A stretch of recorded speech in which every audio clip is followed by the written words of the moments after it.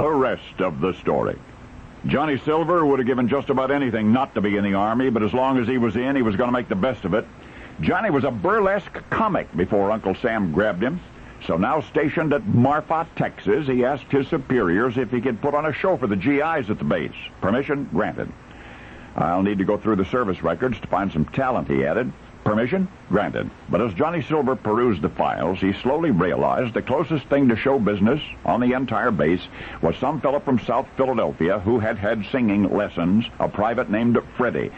Better than nothing, thought Johnny, so he called the young man into the Special Services office. And from that day on, Freddie and Johnny were friends. Now, the problem was there was no way Johnny Silver could put on a new show, not with a little slapstick and a chorus of red sails in the sunset. He'd simply need more talent to fill out the production. And besides, his buddy Freddie, although he claimed to be able to sing, had laryngitis from the alternate dust and dampness at Marfa.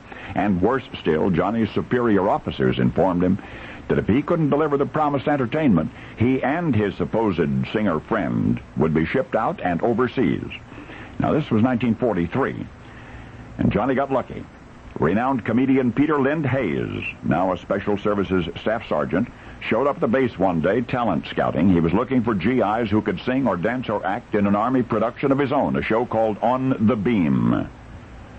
Well, Johnny Silver wasted no time in appealing to Hayes. I'm just the man you're looking for, he told him. And furthermore, Johnny had this friend, a terrific singer. Hayes said, let me hear him. Well, Johnny hesitated. Freddie still wasn't over his bad cold or whatever it was. He just couldn't sing yet. Hayes started walking away. And Johnny ran after him. Would he at least listen to a recording that Freddie had made? Hayes said, all right, he'd listen to the recording. And he did. And what he heard astounded him.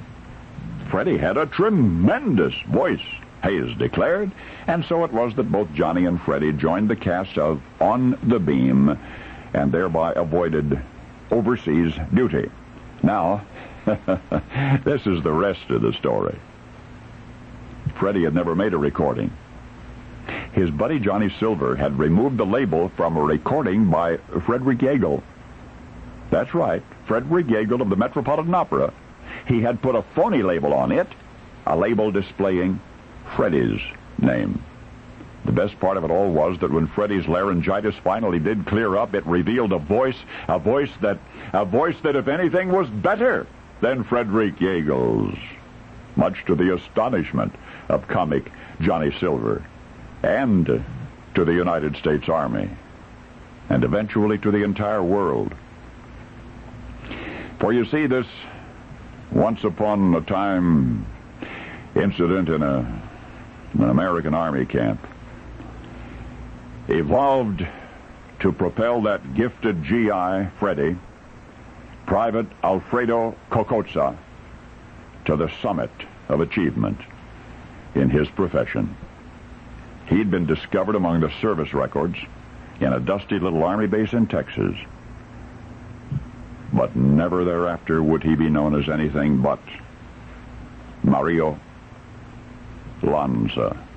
That's right, Mario Lanza. Now you know the rest of the story.